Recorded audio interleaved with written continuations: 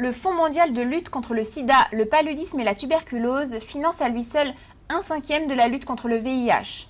Fin décembre 2009, ces programmes ont permis à 2,5 millions de personnes de bénéficier d'un traitement antirétroviral. Mais la prévention n'est pas oubliée pour autant. Aujourd'hui, le Fonds mondial, dans les programmes financés, il a 30% de financements qui vont à la prévention, 27% au traitement. Et le reste, ça couvre les autres actions qui permettent que les programmes marchent comme il faut. Mais quand dans les pays en voie de développement, une personne bénéficie des traitements, près de 3 sont contaminés dans le même temps.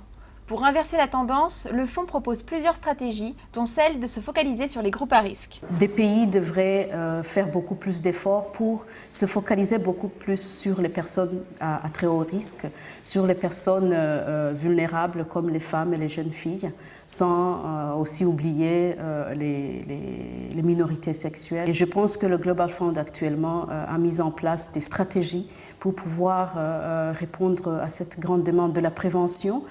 Mais le Global Fund seul ne peut rien faire. Le Global Fund ne peut donner que des orientations.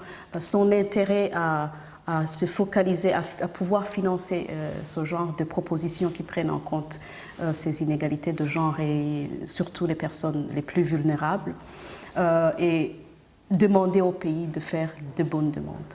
Conseillère pour les problématiques de genre, le docteur Françoise Ndéimié souligne l'importance d'une focalisation sur les populations à risque, dont les femmes, qui paient un lourd tribut à ce fléau. C'est une initiative récente en termes de focalisation. Sinon, je pense que ça a fait toujours l'objet des propositions, mais vraiment à très petite échelle, parce que la plupart des pays se sont beaucoup plus focalisés sur la réponse directe, sans penser aux inégalités. Et je pense que l'approche que nous utilisons nous permettra d'avoir des réponses encore plus ciblées qui vont permettre la protection des femmes et des jeunes filles, mais qui exigent aussi l'implication des hommes.